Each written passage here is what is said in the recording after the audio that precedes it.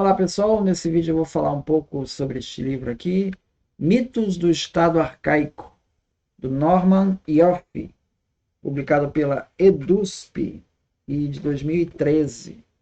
Então vou falar só da parte que ele fala do primeiro estágio aí das civilizações mais antigas, né?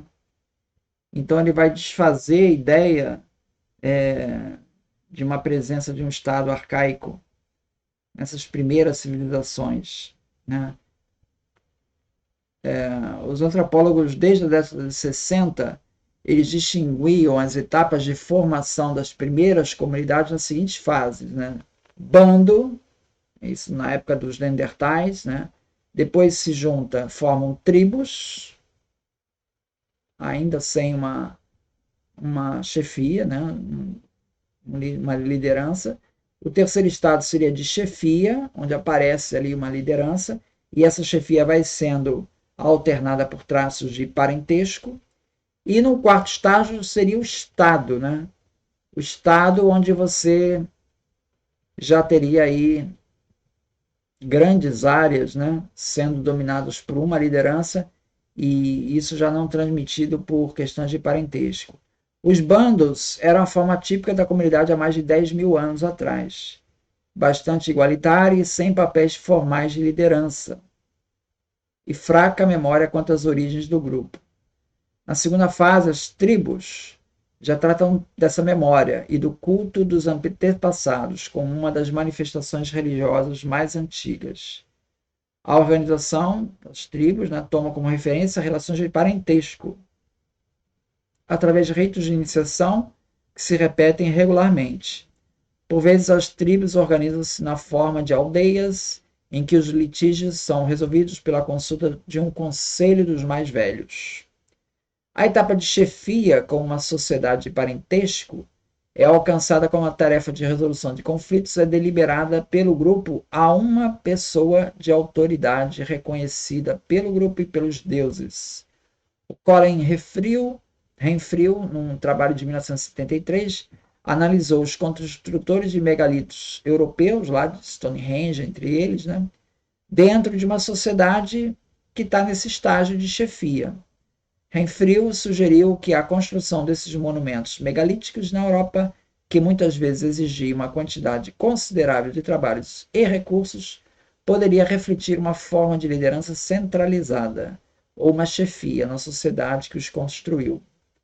Na visão clássica, tais chefias estão correlacionadas com uma autoridade religiosa, então constituem-se teocracias.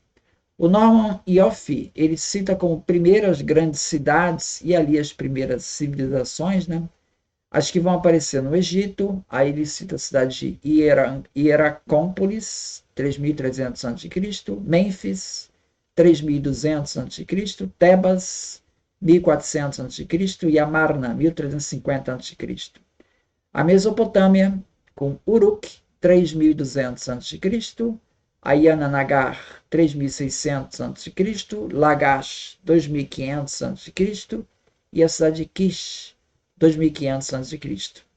No Vale do Indo, ali na Índia, Mohenjo-Daro, 2.500 a.C., Harappa, 2.500 a.C.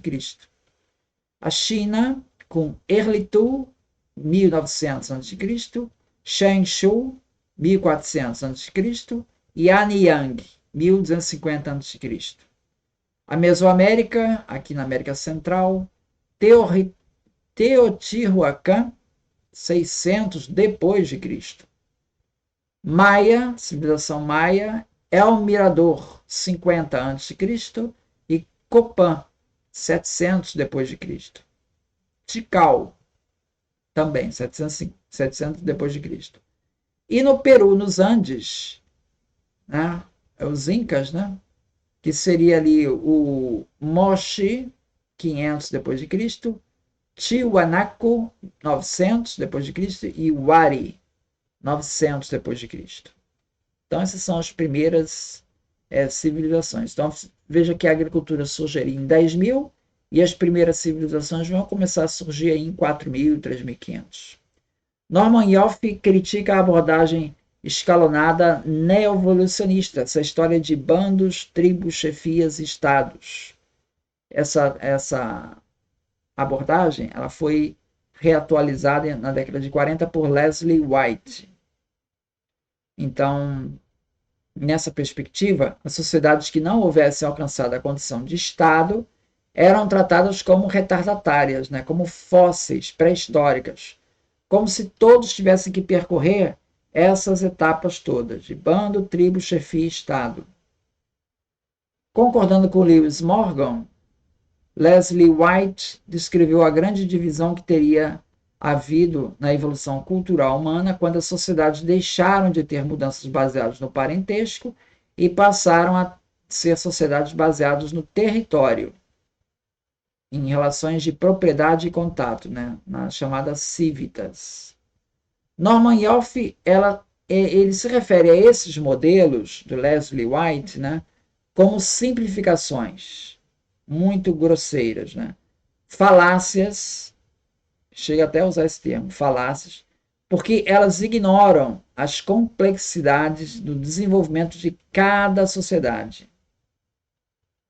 Então, diz assim, adotando como único objetivo estabelecer uma regularidade que tudo incluía, uma teleologia sem um Deus, esse modelo pouco fez para promover nosso conhecimento sobre mudança social e ofereceu apenas um dogma que não se pode testar. Então é esse mito que ele vai estar se contrapondo.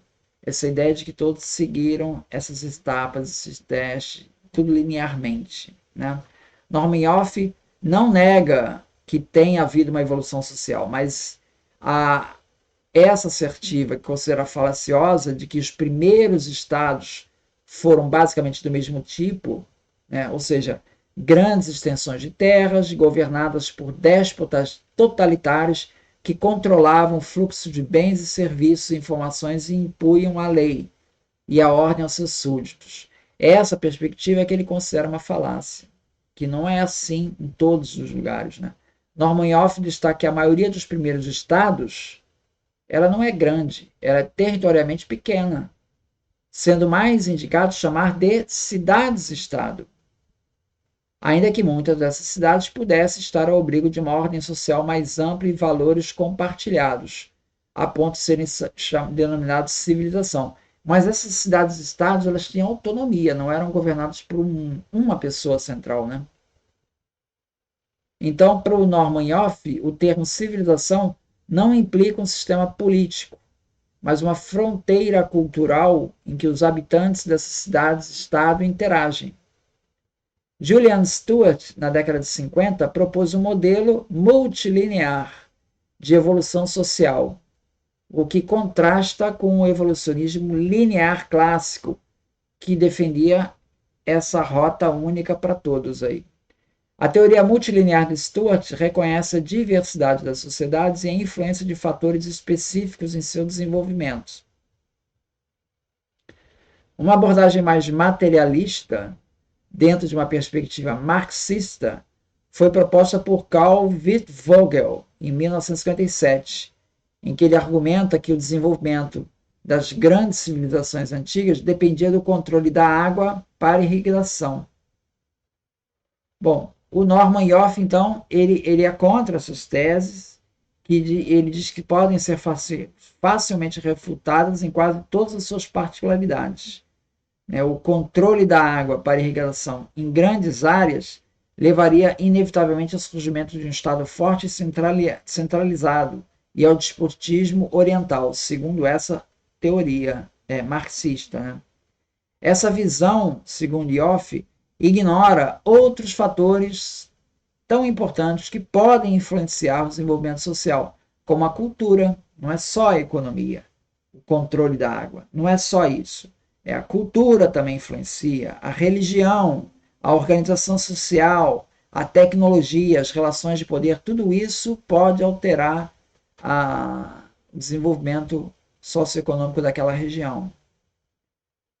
Com exceção do Egito, Mesopotâmia e China, a teoria não se mostrou capaz de explicar a evolução de outras sociedades que também dependiam da irrigação, mas que não desenvolveram um Estado forte. Então, exemplos onde o controle da irrigação levou a um Estado forte Você pode citar isso no Egito, na Mesopotâmia e no Egito, na China. Mas em outras localidades, isso já não acontece. Então, a dificuldade em se caracterizar nas sociedades primitivas como estados levou muitos arqueólogos a evitarem essa palavra e preferirem sociedades complexas, para não correr o risco de anacronismo. Então é isso. Muito obrigado, então.